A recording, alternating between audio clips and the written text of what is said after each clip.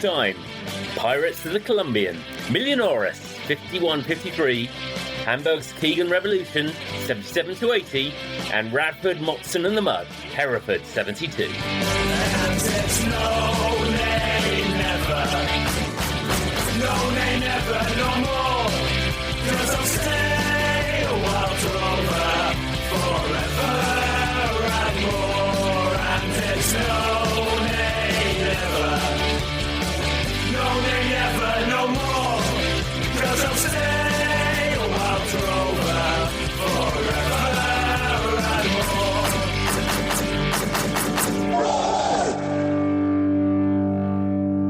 Hello and welcome to By Far the Greatest Team, a football podcast where fans draw a line under the debate over who is the greatest football team of all time by debating who is the greatest football team of all time. My name's Graham Dunn. Apologies for the Pirates of the Colombian pun at the top of the pod. It is awful. It doesn't really work. But once I thought of it, a bit like a moth drawn to the light or Richard Dunn drawn to slicing one into the back of his own net, nature just took its course. I am joined as ever by a man who I think has probably been studying Bruno Fernandes' expected moans stats from the weekend. It's Jamie Rooney. I've actually not followed any news since Sunday, and for those who are listening, we record these on Wednesday, so I got no idea what you mean when you talk about Bruno Fernandes. But I didn't mind your Pirates of the Colombian joke until you just mentioned the Bruno Fernandes thing, and suddenly I went off it quite quickly. Because these aren't necessarily going out sequentially or in the same week that we record them. I'm trying to avoid too much topical stuff, but I do think a cheap jibe about Bruno Fernandes moaning, that's going to be applicable whenever this goes out, surely. It's a great point, it doesn't matter what week of the year we're in. The voice you can hear joining us there is our guest this week. Welcome back, Scott Somenthal. Scott, how are you doing? Hey, Graham, I'm really well, thank you. And forgive me for that name drop there. But I think you're absolutely right to put out Bruno Fernandes and talk about that game. We could talk about it all podcast, be a Liverpool fan, but there's obviously more priorities this week. Scott, last time you were on the pod, you described yourself as David Fairclough in tribute to your super sub appearance. And, I have to congratulate you for really putting a reference there really squarely into our prime audience, a reference which no one under the age of 47 would have had any understanding as to. Agreed. I was just going to say, I'll be honest with you, I was a little bit disappointed with the agenda today because, we're going to be covering Hamburg 77-80, which is 3 seasons. And you called me on as a guest a few weeks ago to talk about Liverpool, and you would only let me talk about 1 season. I mean, come on. It's the only good season they've ever had, isn't it? So I was trying to think if there was to try and bring us up to date with the kids and so forth. I thought who would be the better Liverpool super sub reference, and of the modern era, it's got to be Origi, isn't it? Yes, I think you're right. I think Origi's seen as not a god, but certainly he's held up by Liverpool fans very highly because of what he's done against Everton, what he did in the semi-final and the final of the Champions League, and he just does that. He comes off the subs bench, seems to score. Of course, the greatest substitute appearance in my book is James Hayter's. I don't know if you're familiar with James Hayter's work from Bournemouth. So back in 2004, though this was back before Bournemouth became fashionable and famous under Eddie Howe's revolution, Sean O'Driscoll was in charge there, and he brought James Hayter on in the 84th minute, and James Hayter scored a hat-trick against Wrexham after coming on in the 84th minute. That really is. Fair play to James. That's awesome. Just going back to Divock Origi, as a Liverpool fan, Scott, do they have any songs for Divock Origi? Divock Origi. Well, no, I think there's an absolute nailed-on certainty. It's Bebop Bilula. Divock Origi, he's my baby. I don't mean maybe. Is my baby love. Surely they must sing that. I mean, it's an own goal if they don't sing that. That in itself is a great moment in podcast history, listening to a Man United fan singing about a Liverpool player. Well, I'm impartial on this pod. I turn up. I'm totally impartial. I leave my colours to one side, and I talk openly about the greatest football teams of all time. And I have to absolutely accept that Liverpool are in that bracket with a number of teams. I think one of the things about this podcast is once you start straying down rabbit holes, you keep going down rabbit holes. And we semi-encourage this. So I then started drifting into great hat tricks, and I came across. So do you remember? And I can't believe I've forgotten this, because this happened in 1986, squarely in my footballing era. Alvin Martin's hat trick against Newcastle United. This is incredible. So, it's already incredible because Alvin Martin scores a hat trick. But Jamie, can you remember the fact about it? I think I can, but I'm going to let you tell the story rather than rudely interrupt. But I think I can. It's quite incredible.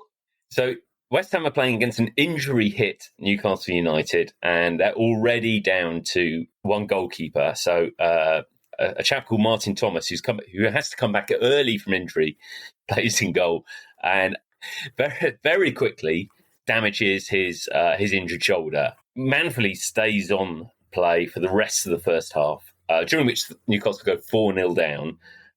He has to come off at half-time, and at half-time, one of their players says, I'll go in. And we say, no. We need you out on pitch. So they bring in a young youth player who's only played 4 or 5 games. He only actually plays 4 or 5 games for Newcastle, full stop, mostly in defence. But one of the games he has to play for them is a chap called Chris Hedsworth. He ends up playing in goal, or Chris Hedsworth ends up playing goal for the second half. An outfield player playing goal, glorious days. Unbelievably, Hedsworth then fractures his collarbone in a challenge about 5 minutes into the second half. He stays in goal for another 20 minutes until eventually has to give up. Can't play in goal. They're 6 down by this stage.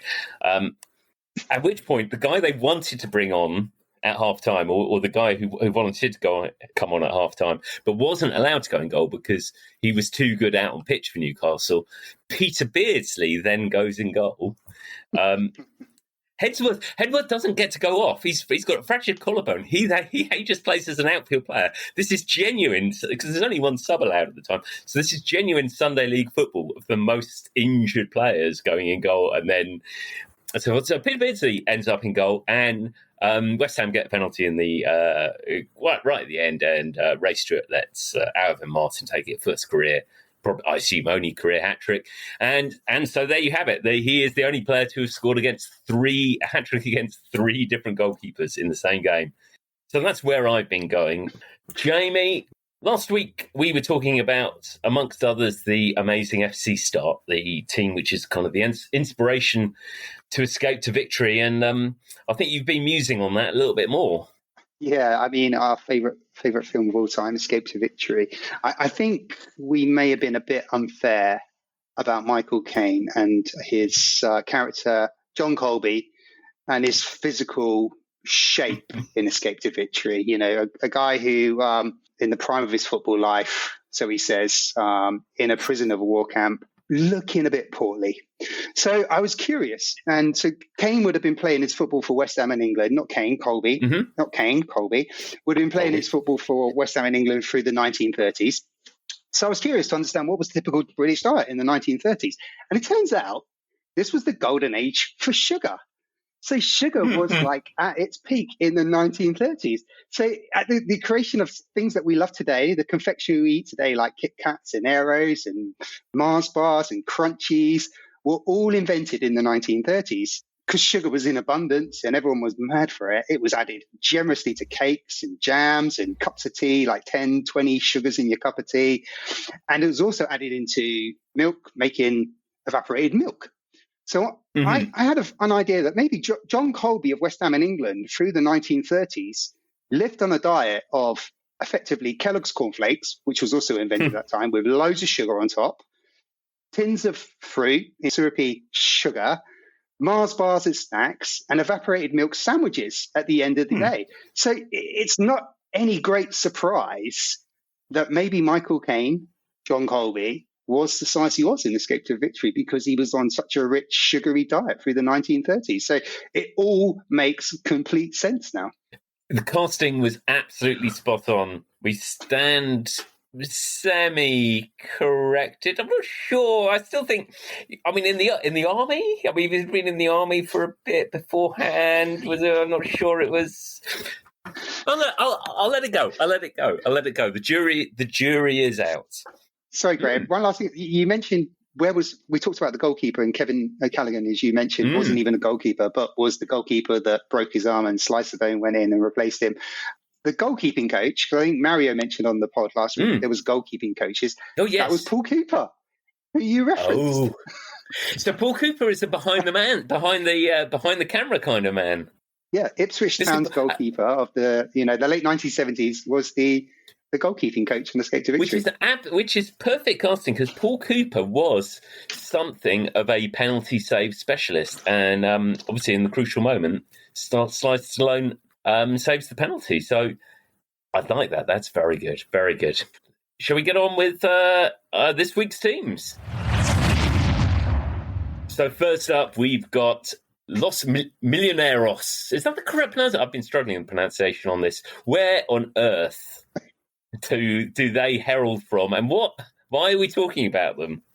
Millonarios of Colombia, and we're talking about the 1951-53 version. And why are we talking about them?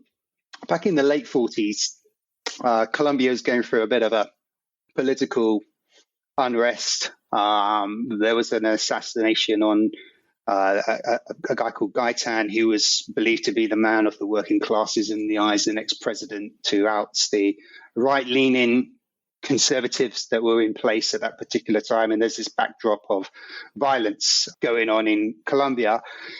There's a lack of interest in football. The league is run by HEREFORD, that's the Colombian association. It's not run to a particularly high standard. It's not really well organized. And there's a bit of frustration from businessmen who have seen opportunities to capitalize on the growing game that is football. So they decide to create their own Super League. They invite clubs from around Colombia. They set up a league called the DMEA, and they create their own Super League. And they decide that they're going to use this Super League, plung loads of money into it, and that will be the prime number one league of Colombia. Now, of course, this upset HEREFORD because they were the Football Association of Colombia, and they didn't agree that there should be this Super League coming in and basically bagging all the riches. So they protested to FIFA. FIFA sided with them and decided to expel the teams participating in this, what would be now this Colombian Pirate League, from playing under the FIFA umbrella, which sounds like a punishment, but it created opportunities because it meant if they weren't affiliated to FIFA, they could effectively approach any player in the world and invite them to come and play for their club for any sum of money, because there was no transfer fee, because they didn't need to negotiate with football teams because they're not part of FIFA. They're not governed by FIFA's rules.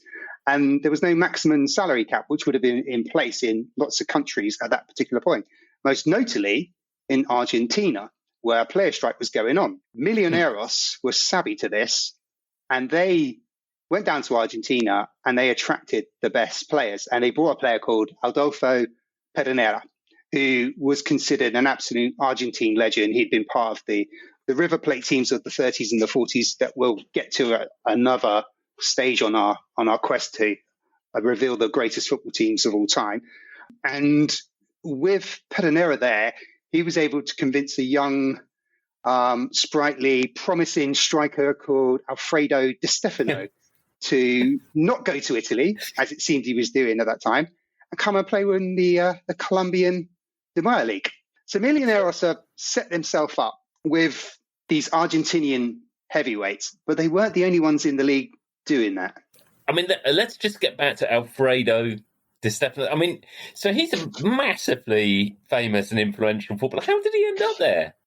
He'd been at River Plate, and also Nesta Rossi went to Millonarios as well. He knew Pedernera, and Pedernera had taken him under his wing effectively at River Plate and almost, honed him to become the great player that he is. He was loaned out to Huracan at that particular moment when the player strike was going on. And there was talk that he could go to Italy, an opportunity to go and play in the north of Italy. I think it may have been Torino, and this is around about the time as the great disaster that happened with the Torino team of 1949 that we'll talk about again another point. Because of his influence, Pedernera's influence over Di Stefano, he was able to convince him to. I say convince him. I mean, he was being paid about 10 times his current salary, and he would have got a signing on. He would have got a signing on fee, the equivalent of around about £250,000 in today's money. So, this was the equivalent of Graham Gooch and John Embury heading off to South Africa for the cricket rebel tours. Only arguably, I guess, there's more. It's more Kerry Packer, isn't it? It's Kerry Packer's Circus, I think they called it, or something, didn't they? But who did they play? Who did they play during this period? Well, I mean, they play well-established Colombian teams that we know of today. One of them being Deportivo Cali. And what's great about that particular moment is that the clubs, Independiente Santa Fe, for example, they were getting players from all over the world. It wasn't just South America where they were creaming the best players, and they were attracting the best players because they could just pay salaries that until this point no player had ever seen, and signing on fees that was absolutely life-changing for these players. So Independiente Santa Fe, they tapped up Neil Franklin and George Mountford from Stoke City in England at the time. They also got Charlie Mitten, who was playing under Sir Matt Busby just then, actually, at that particular point, at Manchester United. There were players from Germany, Austria, Hungary, Spain, Italy, Lithuania, Costa Rica, Panama. It was the global league. In fact, in one point, around about the early 1950s, over 70% of the players in the Colombian De Mayo League, this pirate league, were foreign. That is crazy, isn't it?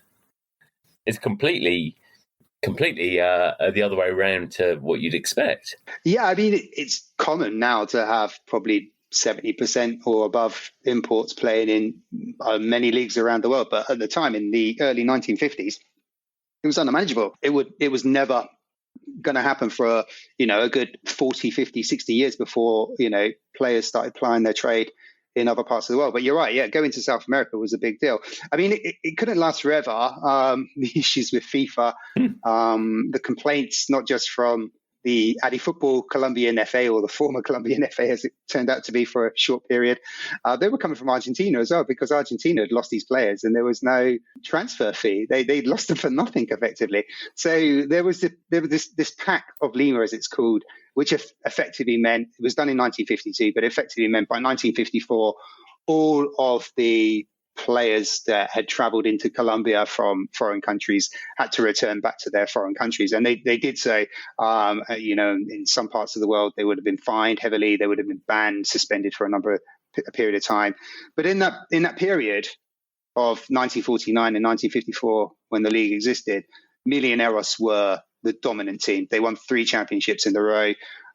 They competed in what was a small club, World Cup, the first of its type. I say the first of its type. I don't think it is, because there's another team we could talk about going back to the 1910s, where I think potentially there was a Club World Cup then, but we'll talk about that another time. But at the time, this small Club World Cup, teams were attracted from Spain, Barcelona, Real Madrid joined in, Austria, Rapid Vienna joined. Yeah, so and Millonarios fared well in that. They won the 1953 version. So they were a dominant force, and Di Stefano was the absolute golden player in that league. I think he scored somewhere around about 101 goals in 90 games for Millonarios in that period. It was a very apt name for them, actually, as it turns out. It's nominative determinism once again. Yeah, you get, if you sign for them, you are literally playing for the team of millionaires, or the equivalent of. What happened to them? So once the players were forced back, did they have to eat humble pie and just return to the Colombian League? Some of them, they had to return to their, I think the Colombian League fell in under the Football again, and it remains so. And it has gone through some changes in time, but yeah, effectively the giddy period of, big attendances and star players disappeared, and Colombia never really recovered to such grace ever again. And in terms of the players, it was mixed fortune, really. So if we take an example like Charlie Mitten, who was kind of ditched United, Man United, he had to go back to Manchester United. That was part of the Pacta Lima. So he's gone back to Manchester United. He's been fined heavily. So all of the riches he's gained over this 2-3 year period playing in Colombia, he's had to give some of it back to the FA, who fined him. They've also banned him. And then Matt Busby was having none of it and got rid of him to Fulham. But Di Stefano, completely contrasting story. He went to Madrid. And we will talk about Alfredo Di Stefano many times on this podcast again because of what he would achieve at Madrid. But on the Millonarios thing as well, it's worth noting they did play Madrid in a friendly. They went to Madrid in 1952 and they beat Madrid 4-2. So this is the Madrid team that's slowly gaining that kind of brilliance that's going to dominate European football.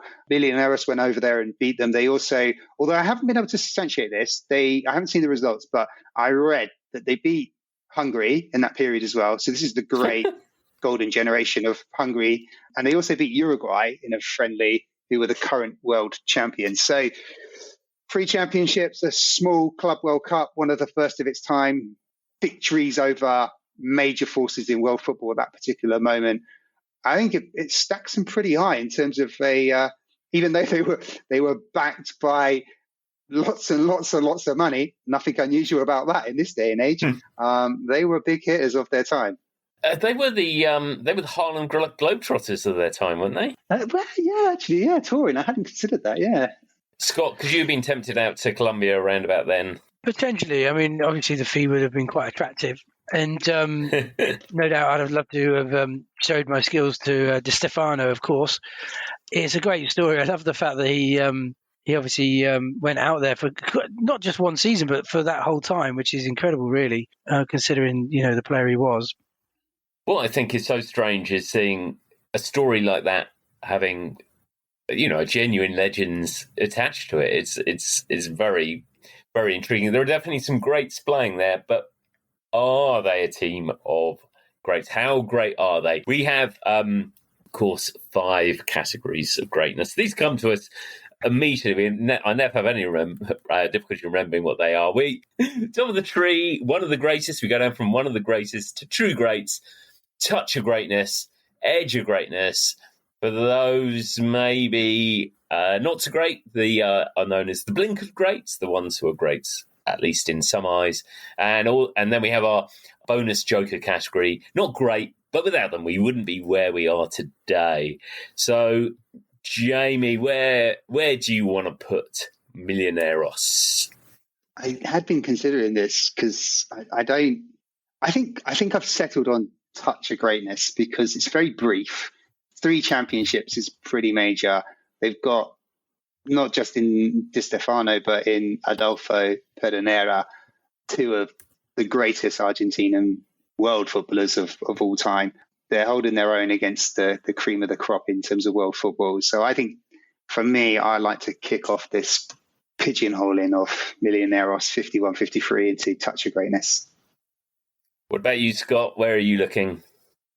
I think probably a touch of greatness is a fair summary of where this club sits, really. It's a great story. And interestingly, Jamie, they've just won the Copa Colombia last season as well. So maybe we can revisit the 2022 team. But I think a touch of greatness is a good summary for this team. So I suppose this is the caveat factor, isn't it? And you see it a lot with certainly the English teams at the moment, and we're seeing it with Newcastle, we're seeing it with Man City before, and Chelsea, and it's all, and right down even to Jack Walker's Blackburn. So to what extent is greatness a little bit tarnished by the having bought their way to it?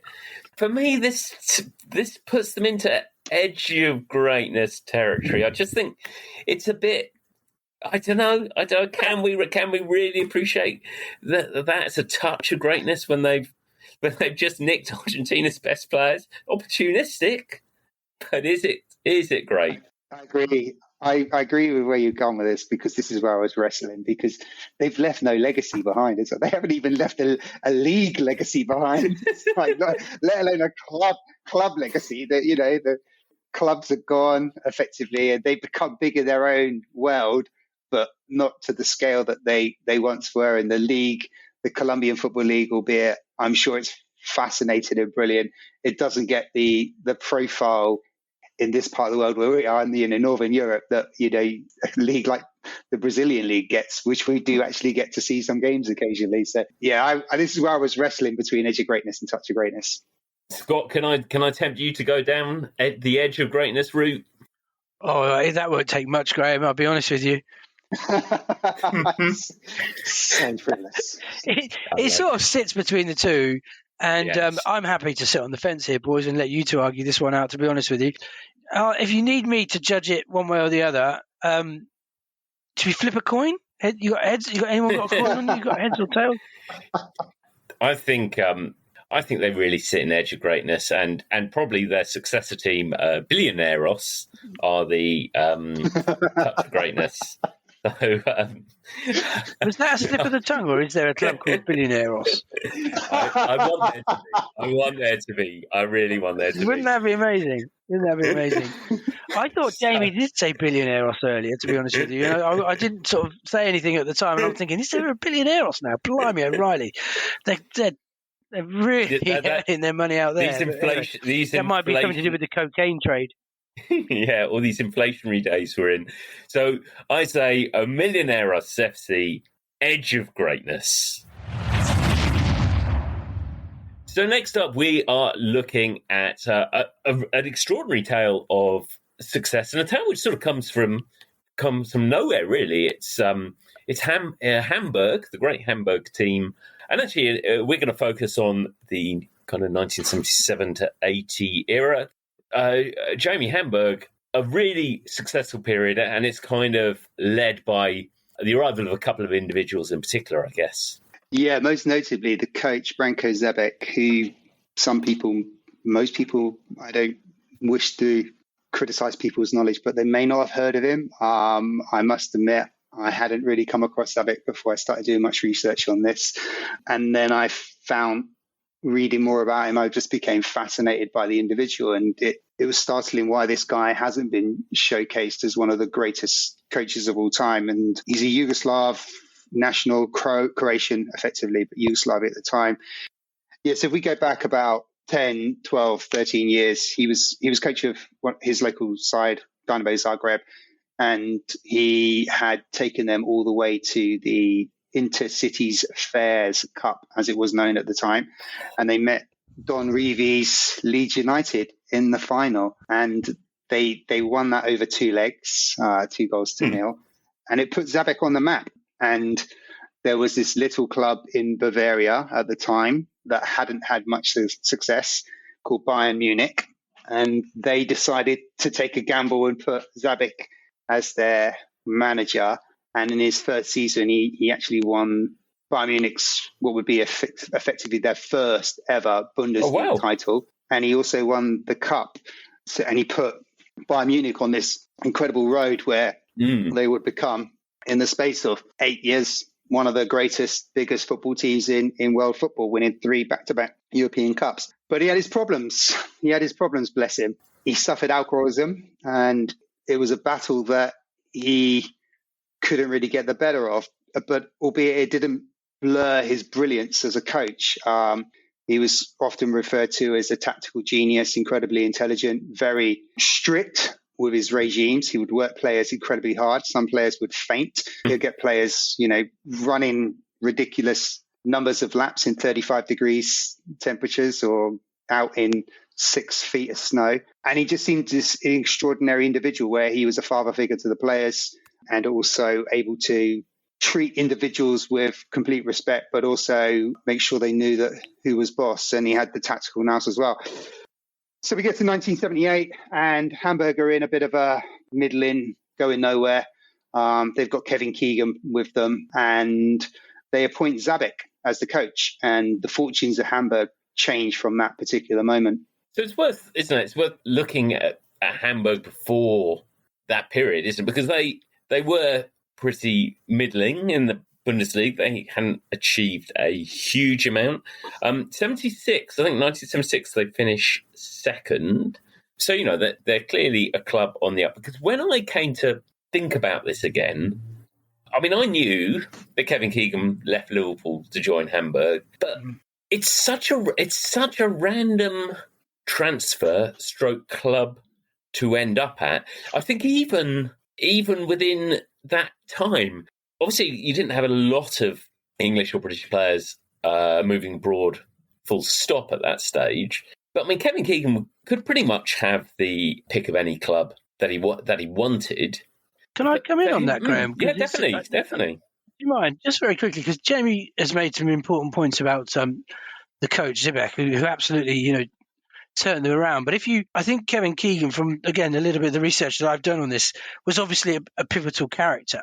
And, you know, he just won, you know, the European Cup and the league with Liverpool, who did the double that season, or the season before, obviously. And the funny thing is, I don't know, Jamie, if you read about this very interesting character, Dr. Peter Krong. I was reading that what this guy did, Peter Krong, he was quite a visionary. And this is the season before Zebec took over.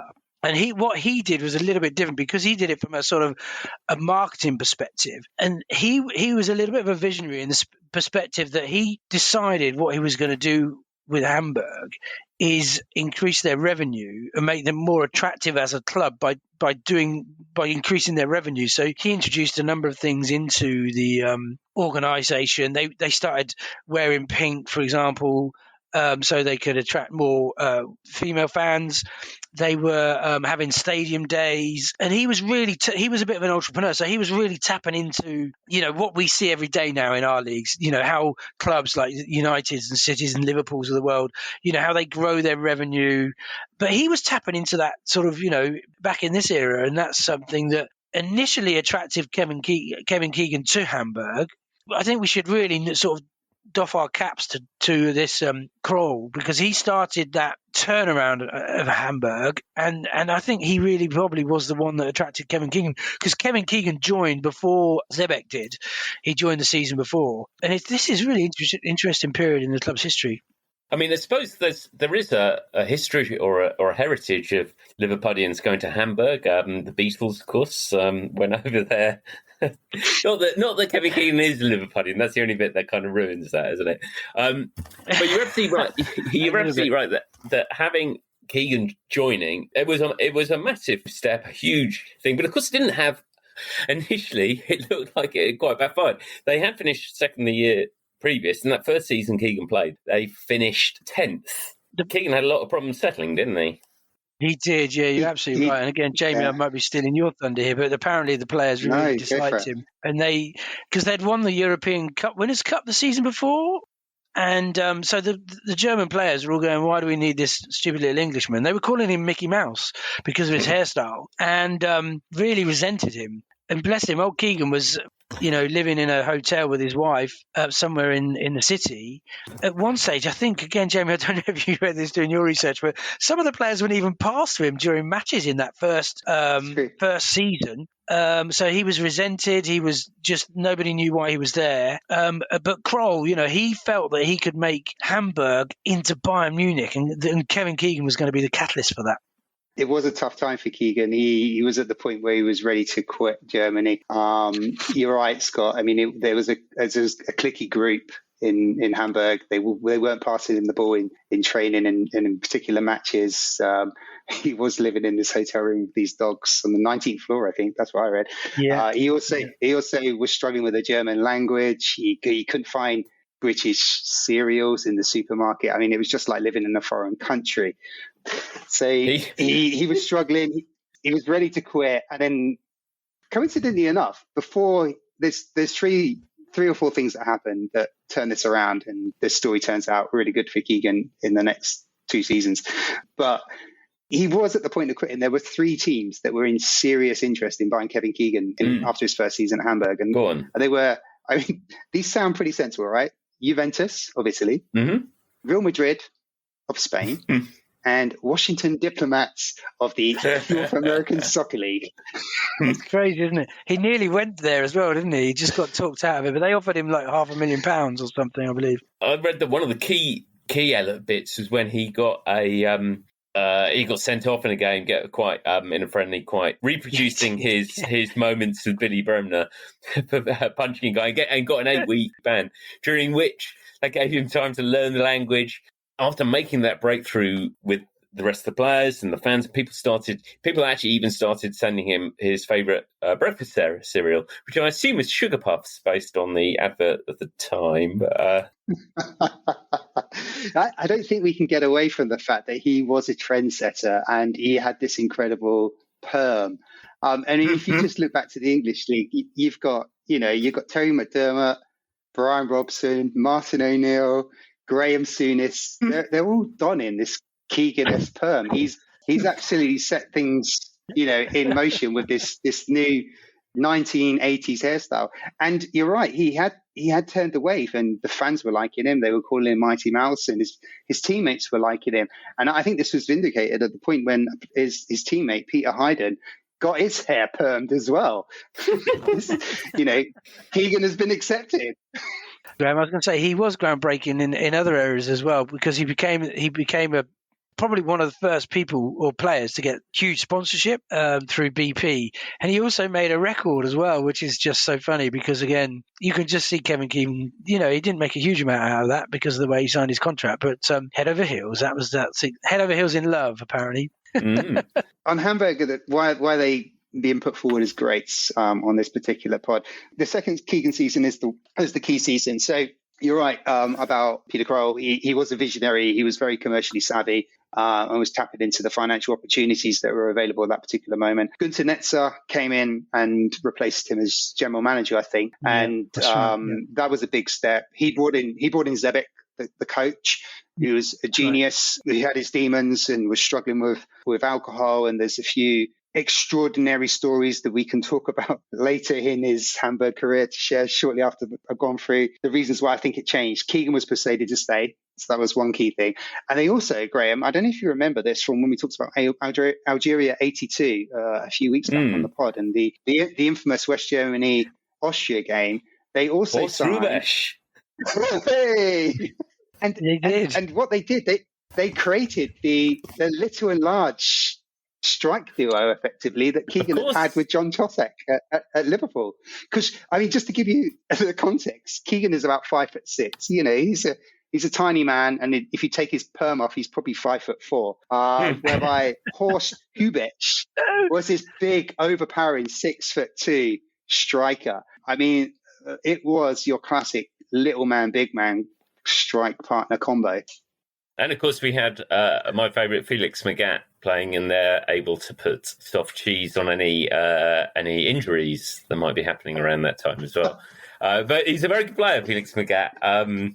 I'll never tire of that story. It goes remarkably well for Keegan, and Keegan is European Player of the Year 2 years running. Ballon d'Or. That's correct. Yeah, he won the Ballon d'Or twice. And then it sort of culminates. And go on, Jamie. I was going to say, on the Ballon d'Or, when Keegan won that, he was clearly the first English player to win it multiple times, and I think still only the English player to win it multiple times. But at that point, only Di Stefano, Cruyff had won, and possibly Beckenbauer at that point had won the Ballon d'Or on 2 occasions. So Keegan is really in with illustrious company right there. That is a core group of the world's greats, and Keegan is amongst that. It's an extraordinary run of appearances. They obviously win the Bundesliga in 79, and certainly the Keegan part of the story then culminates in 1980 with the European Cup final, where again there's a fantastic narrative that Keegan, who he's almost the only English player playing abroad and should end up in the final with Hamburg playing Notts Forest. It feels like it must have been their finest moment. In the semi-final, Hamburg beat Real Madrid 5-1. A scoreline against Real Madrid that is familiar to some of us. Having lost the first leg, I think. Yeah, I might be coming in a bit prematurely, to be honest with you. I think we're talking about a wonderful story again, and that's what I love about these podcasts, is the stories that you bring to the table. I'm just questioning already in my mind whether this was a great team. And when I sort of did some research, I was going, oh yeah, look, they've obviously, turned their fortunes around. They've won the league. They got to the final of the Champions League, European Cup, sorry. And they had that great semi-final win against Real Madrid, as you just pointed out, Graham. But they didn't really go on to win a huge amount after that. It was just this 2 or 3 year period where they sort of touched on greatness. And I'm just wondering whether they... Keegan, obviously, as an individual, won the Ballon d'Or twice. But I don't know. I'm just questioning. Forgive me, as I say, I might be a little bit premature in this conversation. But go on, Jamie. Well, Zebec, the coach, he was gone by 1980. And the reasons he's gone is because his alcoholism was really getting the best of him. He was regularly turning up at press conferences drunk and making some crazy, mad statements that didn't have any real coherence to what he was saying. And this went on for some time, and he was turning up with a hangover. And I think there's also a story where he was so drunk, and he gave his players a talking to, saying, okay, let's just get over the loss, forget about the loss, let's get on with next week. They were losing 2-0 at half time when he was telling his players this. So he clearly had issues. But I think the thing that really ended it for him, unfortunately, at Hamburg was a few days before they were due to play in the European Cup final against Notts Forest. They had an away game, I think, in Dortmund. And the coach is ready to go. The players are on. The officials are on. And Zebec doesn't turn up. It turns out, he's been on the sauce. He's been on the sauce all night. He's had too much. He's woke up late with this hangover. So he makes the sensible decision to drive himself to Dortmund, of which en route he gets stopped by the police. They breathalyze him. He's over the limit. And what I like about this is, when I say like about this is the wrong word. What I find bizarrely weird about this is he's been breathalyzed. He's way over the limit. And the punishment is to just compound his car and leave him on the roadside. That's it. To which Zebec then phones a taxi to take him the rest of the way to the game at Dortmund. And he arrives on time. How much he participates in terms of giving the team talk, I don't know. But he's famously photographed sleeping on the bench during the game.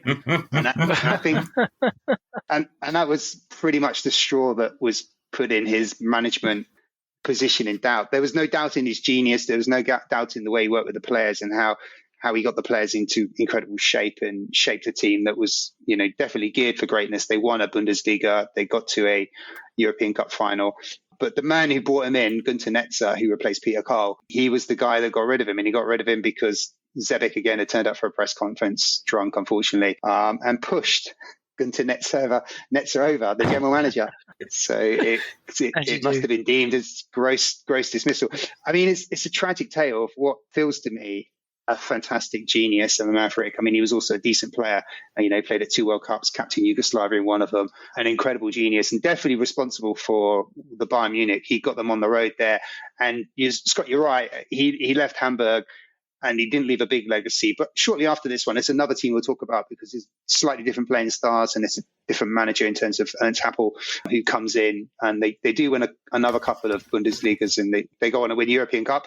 But I think we'll talk about that team in its own right in another pod because it's slightly different circumstances to this Hamburg we're talking about. They come up against a great Nottingham Forest team as well, and I'm sure you're going to touch on that team, the Nottingham Forest team of sort of 1978, 79, 80. So again, you've got to be a bit unfortunate in the fact that they come up against them. Definitely so. Stay tuned for that one, or retune to an earlier podcast, which we'll be able to point you to in the notes when they come out. You've covered them, have you? Forgive me, sorry. Obviously, I was a substitute for that one. I was just checking whether you were on that one, but no, you weren't. Before we come to the judging, I just want to bookend the Kevin Keegan story. It's interesting you say, at the point he was leaving, or considered leaving the first season, and Real Madrid, Juventus. I mean, admittedly, the Washington team is a bit random, but just as going to Hamburg appeared a bit random. Of course, where he went was almost as random, if not more. Lauren McMenemy's it really Southampton. was. I mean, this is a Ballon d'Or winning striker. England captain, I would think at this point, joining Southampton. Now, the bit I like about this is he joined at Southampton, long-standing England international Dave Watson, good old-fashioned England centre-half. He, too, in 1979, went to Germany to try his luck and went to play for Werder Bremen. His stay lasted 2 matches before he pushed someone over. He also got an 8-week ban. So I don't know what it was about the German disciplinary system. He was also banned for 8 weeks, and then had it up. They were the only 2 games he was to play, and engineered a move back to Southampton, where he would have played against where Kevin Keegan joined in the following season. But I like the idea that in this period where you had remarkably few travelling English playing exports, that you could potentially have had Dave Watson be Kevin Keegan, England's prime centre-back and England's prime striker and captain, playing against each other in the Bundesliga. So, Scott, you were touching upon this. This feels to me, in terms of the ranking, you are not 100% convinced. Where are you thinking of landing? Well, I think they probably sit above Los Millonarios for me. Millonarios. I'm suffering from your challenge, Graham. Millonarios. Millonarios. And would that be a touch of greatness, I think? I love the fact that, obviously my early memories of Liverpool was when Dalglish joined. And it wasn't until maybe I was a little bit older that I realised that Keegan had left Liverpool to go to Hamburg. I remember seeing him on the telly and talking about joining Hamburg, but it didn't really. I was so young. I was 5 or 6 then, and these things don't compute. So this story feels to me more of a Kevin Keegan story. The fact that he won the Ballon d'Or, transferred Hamburg into a team that were just sort of, wanting to grow and wanting to progress, more so than a great Hamburg team story. I think it's brilliant that they won the Bundesliga. They're definitely on the edge of greatness. I think I'd stick them a little bit above Los Millonarios. You've got this superstar striker who's won the Ballon d'Or twice. You've got this incredible genius, flawed coach in Zebec. You've got your man Magar playing in midfield, and you've got your big man Hushbesk partnering. So I think there are some nice ingredients in this team. They've won their first ever Bundesliga. I mean, that's something that shouldn't be taken away from. I think they go on and win maybe 1 or 2 more. So there's a legacy attached to this team. There's an immediate legacy that bounces this team into bigger greatness. But I also, God, we just agree all the time. It's so sad. I do think edge of greatness is the right place for this team. I don't think I can argue beyond that. I mean, I love so many things about this story. I love the unlikeliness of it. I love the ground broken by Hamburg. Head over heels is itself another. Why don't people make songs in the same way? Why don't people just make songs anyway in the same way? But I think probably head over heels is a kind of a penalty point. Probably that's not going to help it over through. So I think Keegan's Hamburg, edge of greatness, and so we come on to a fantastic story. And when we talk about a lot of these sides, we're talking about, great legacies. So, sustained brilliance over a period of time. Sometimes it's more of a flash in the pan. Sometimes it's maybe just a genius season. So when we're talking about David Pleat's Tottenham last time, it's pretty much one great year. Sometimes it can even be just one great match. Maybe even you're looking at Coventry City FA Cup final 87. That's just one great match of greatness. Hereford 1972. On the one hand, you were talking about one great goal. Everyone I was going to say everyone knows where they were when it happened. No one does because we weren't I wasn't even born. conscious. You weren't even born at the time. But everyone, there is nobody who doesn't know the Ronnie Radford goal, immortal Ronnie Radford goal from 1972, Hereford, Notts Forest. An unbelievable shock of a goal. Newcastle United. Newcastle. Who did I say? Newcastle, yeah. Notts Forest. You're still smarting from the fact that Scott hasn't listened to a previous podcast when we talk about Notts Forest 77, 79. Hereford, do you know the weird thing about it is when everyone remembers that goal, and of course they're playing in red. Newcastle playing in red. It's not obvious that it's Newcastle in any way whatsoever. We're obviously going to focus on that game in a little bit, but I do want to just put a bit of context about Hereford at the time and that cup run, because actually the story itself is really, really interesting. And Hereford themselves have been knocking about in the non-leagues, not really achieving a huge amount, other than the fact that do you know who their manager was prior to this game? Their previous manager. He's the guy we've mentioned. We've mentioned on the last two pods. It is none other than Welsh legend John Charles. So he was player manager. Oh. He was player manager. Not John Colby, right? John Charles. Not John Colby, who has also been mentioned in the last two pods. So John Charles was player manager, Hereford, between 66 right up until 71. Now, they're playing in the Southern League at this point, essentially a version of the conference. And as a result, when they embark on their cup run, they have to start with the first qualifying, the fourth round or the first qualifying round before the league clubs get in. So they win that, they play that one, and then they get into the first round proper, as it was always traditionally called. And so in the first round proper, they beat Kings Lynn, but they need a replay to beat Kings Lynn. That takes them through to the second round, where they play Northampton, who they beat after two replays. So they need two replays to beat Kings Lynn, Northampton. So by the time they get to their third round cup game against Newcastle, 3 rounds, 6 games already played. The Radford goal, everything about that game is the shock, but actually that game is a replay. They play Newcastle initially, first time round at St James's Park, and get a 2-2 draw. So they've actually already taken them back, game number 8 of their cup run, to Edgar Park, where they finally played this game, where a packed Edgar Park, 14,300 fans are there to watch. 80 minutes in, Malcolm McDonald scores for Newcastle. They take the lead. And then Ronnie Radford happens. I mean, we've seen it at every single third round of the FA Cup on television, particularly the BBC when they're covering.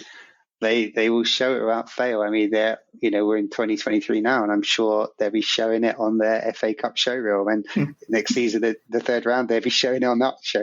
It's just one of those ones that's immortalized into people's psyche because of the nature of it. And I think it's worth probably noting the late, great John Motson was dispatched to that game, I think, for his first assignment with the BBC on a trial to become a commentator. And the game itself wasn't intended to be the showcase game on BBC's Match of the Day coverage. It was way down the order because the assumption was that Newcastle were going to beat the non-leaguers and go into the fourth round, and it was going to be just a few moments just to kind of highlight that.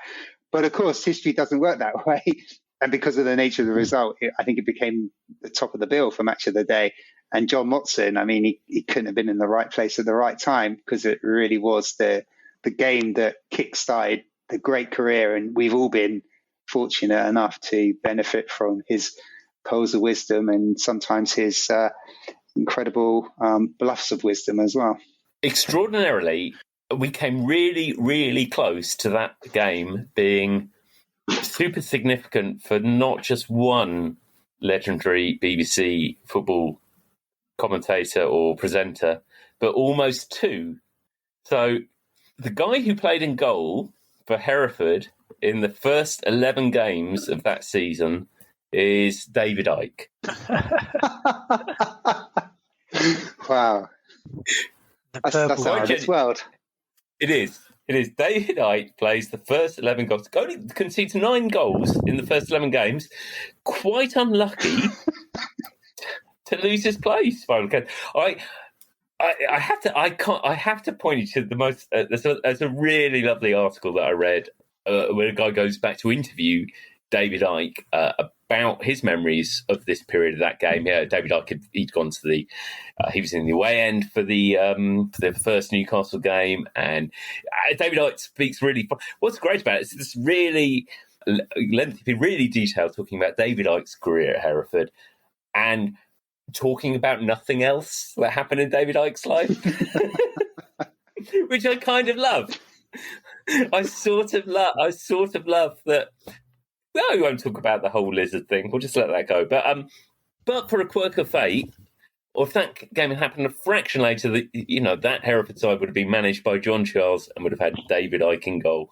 As it was, that Ronnie Radford goal, it's still an unbelievable finish, but it's not the winning goal. So a chap called Ricky George gets the winner in extra time. Not a bad finish either. I mean, the pitch by then it's just unbelievable. It's just all mud.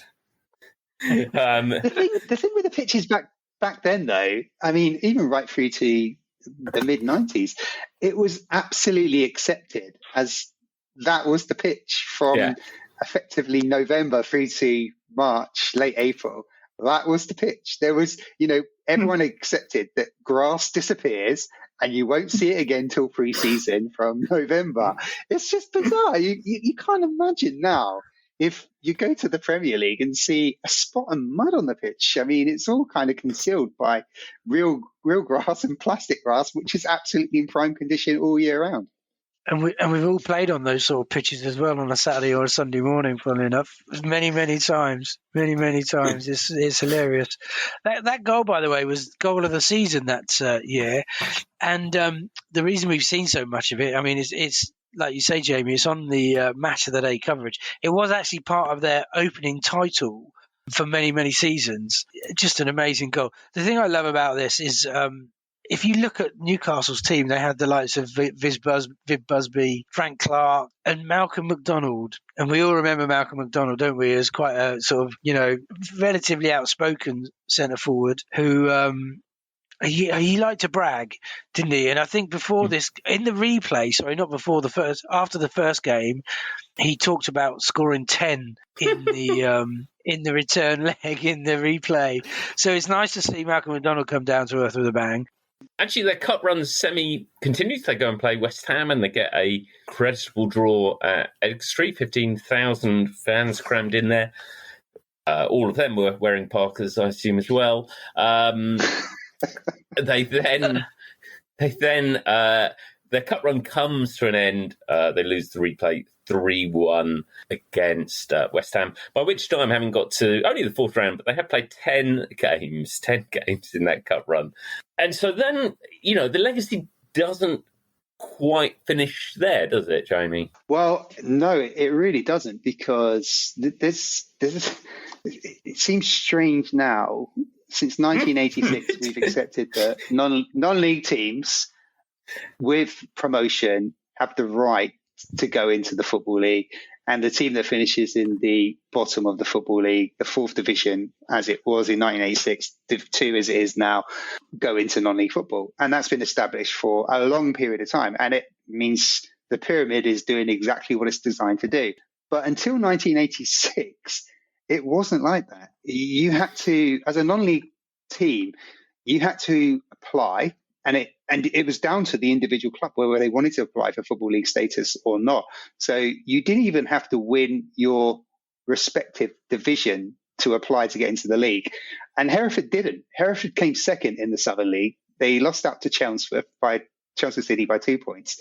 Chelmsford City, for whatever reason, hadn't applied, and maybe because they thought it was a waste of time. Because if you look at the historical elections from around about the 1950s right through to 1986, when it was abolished, league teams were secure. It was very rare that a league team would get voted out for a non-league. It was over the 28 years, whilst it was Division 4, this is before Division 3 South and North 4, in the 28 years when it was Division 4, only 5 teams. When the league table finished, James Alexander Gordon would always...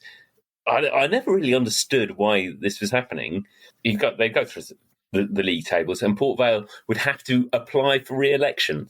So all those teams that finished in the bottom 4 would apply for re-election, and across, and so you're looking at 28 times 4, if I could do the maths quickly, which I probably can't, but that's that's well over 100 plus teams, where only 5 times the teams weren't re-elected.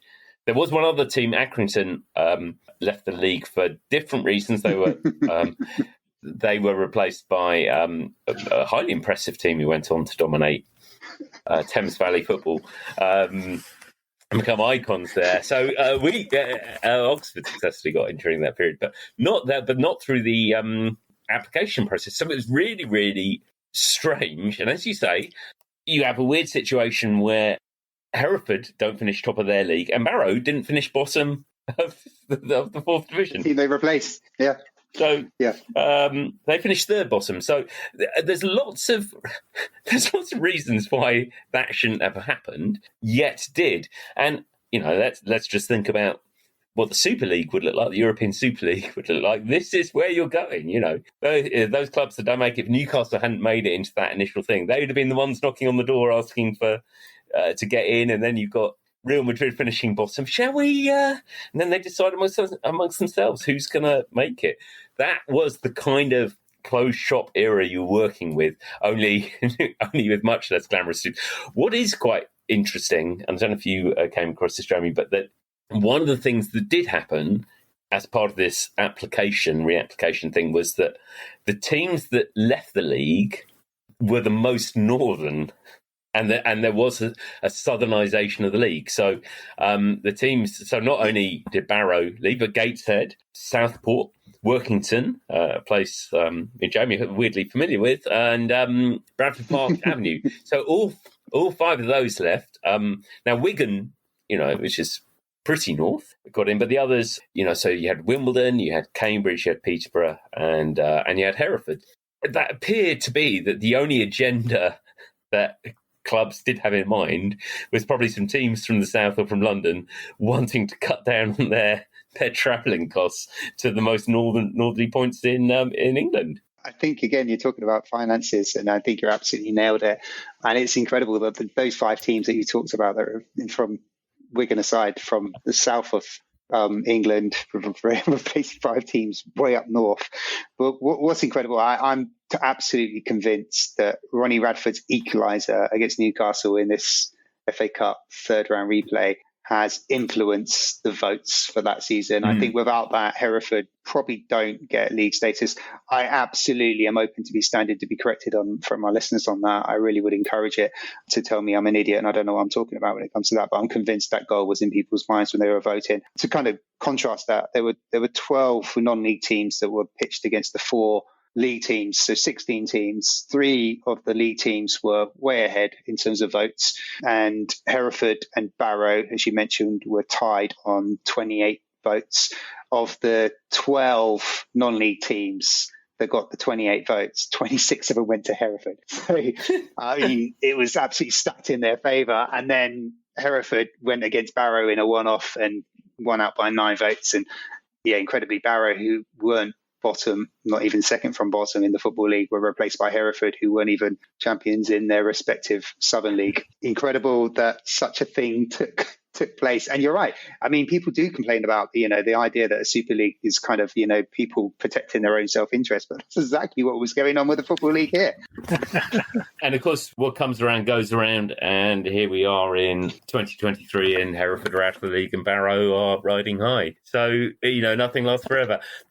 So I'm gonna. We really are making our enemies of Hereford United fans here, aren't we? I mean, we're going to get a backlash, and here's where I'm going to bring it round, because when it comes to how we rank them, I think the legacy, and I think what they are, is just it has an outsized effect on what they are. You know, I know it's only one cup run and one moment in the game. That is football greatness. I mean, it is the impact of the goal, the circumstances of the goal, the legacy, you know, what it meant for Motson's career, what it meant for Hereford, what it's meant that, you know, 50 years on, people still talk about that goal. That, for me, is a touch of greatness. And I'm going to fight my corner on this. What do you reckon, Jamie? Yeah, I kind of like the idea of going to fight your corner on that one. I absolutely agree with everything you're saying. I think, you know, it's a wonderful story. We all love giant killers in the FA Cup. It's what makes the FA Cup incredibly special, and it still does. People may say it's lost its flavour over time, but it still tastes great to me. And I love the FA Cup, and I love what it can produce. Ronnie Radford's goal is fantastic. The fact that you mentioned that they've, in their run, when they got knocked out by West Ham after their replay with West Ham, they've played 10 games. I haven't checked this, but I'm pretty sure that's more than Leeds United played in winning the whole thing, which is incredible. And the fact that they've been elected to the league, albeit via, I think, some very dodgy system that I can't back up at all, and I'm probably on very dodgy ground by saying such things, but it was a long time ago, and who can really, I can't even remember what I did last week. I don't think this Hereford United team is any bigger than blinkered greats, and I think touch of greatness is just absolutely bonkers. Scott, are you going to come to my rescue? Oh my lord! You're coming to me again for the final vote. Can you give me the first vote next time? I didn't expect. I thought it would be plain sailing. I thought it was going to be between touch of greatness and true greats. Well, listen, I think, Jamie, you put them in what, blinkered greats, and where are you, Graham? A touch of greatness. Yeah, I thought if it was worth going for, it was worth going for large. Well, I think there's some great things about this story. And like you say, Jamie, you know, we all love a great giant killing. And this is one of the biggest giant killings, even to today. One that, you know, the footage we never tire of seeing that goal. It's got the whole John Motson story to it, Graham, which you pointed out. And, I think this has got some legs. I'd probably go a little bit higher than you, Jamie, and a little bit lower than you, Graham. I think I love the fact that Malcolm McDonald, you know, was shut up quite royally. This must have, I mean, we talk about getting promoted and reasons for getting promoted, but the fact that they had so many games and so many games against big clubs like Newcastle and West Ham probably didn't do their finances any harm. That may also have contributed to the fact that they got Football League status, because they were probably in a better state to be able to achieve it than some of the other non-league clubs at the time. 15,000 at those two games. I mean, that is brilliant, quite impressive, isn't it? Agreed. It is. It's incredible, really. So for me, touch of greatness is a bit too much. Edge of greatness is a bit too much. I think it deserves to be a little bit out of blinkered greatness. So I'm going in the middle of you two. We're not going to agree on this one. I'm going for a touch of greatness. And we're going to have to put the hammer down. That's agreeing with Graham. Edge of greatness is the middle. Touch of greatness is higher than edge of greatness. I think I'm confusing. Forgive me. How can you get our ranking system wrong? It's so easy to follow. I know. Forgive me. I only come on this, when you've fed up with other people. So, sorry. Then I am agreeing with Graham. There you go, Jamie. It goes. Wow. It's lower than an edge of greatness. It's a touch of greatness, and happy days. I'm loving it. I accept it. Hereford, a touch of greatness. Get in. So we have one last bit of business. We bring out the old John DeLorean. Bring out the time definitely machine. DeLorean. I don't know if it's John. No, where the John DeLorean came from. Oh no, he's the guy who tried to rebuild it. So we bring out the DeLorean and we get the time machine. Scott, let's go to you first. Where do you want to go back to? Oh, there's a couple of places I could go here. Really, I think going to Colombia to see Alfredo Di Stefano play football would be absolutely incredible. I mean, we're talking about one of the biggest legends of the game. I've got no interest in Club Millonarios, I'll be honest, Millonarios. I've got no interest in seeing them, but I'd love to see Alfredo Di Stefano. So that would be my first choice. My second choice, if I can, as your guest, take two choices, you'll have to forgive me, is going to see Hamburg. But not during their great season of 77-78, 78, or any of the games that they actually won, it would be to see them get stuffed 6-0 by Liverpool in the Super Cup, second leg. But maybe to Anfield to see Keegan. Oh, I'd love to see Keegan as well. I'd love to see him in a red shirt, not a Hamburg shirt. And I was too young for that. So I'll stick with Colombia and seeing Stefano, please. Jamie, where are you going? I think we probably need to ignore the flaw that Scott's raised in our time machine, that we could go back and watch all three if we wanted to, but that kind of defeats the object of what we're trying to do. So let's just pretend that never happened. And, you've only got one 10p and only does you for one journey. The DeLorean is famously unreliable. You can only set it once. Scott does make a very good point, but let's not spoil the way we end these things by being too logical. I love coffee. I love Rebels. I think going to Colombia and watching Millonarios, and for what Scott's reasons, seeing Alfredo Di Stefano at 23, 24, 25 in his prime, this incredible goal scorer who's developing into an incredible forward, not just a striker, but, that kind of, wonderful number 9, number 10 that we see today. Yeah, for the coffee, for the Rebel, for Alfredo Di Stefano, I'm going to watch some Pirate Super League football.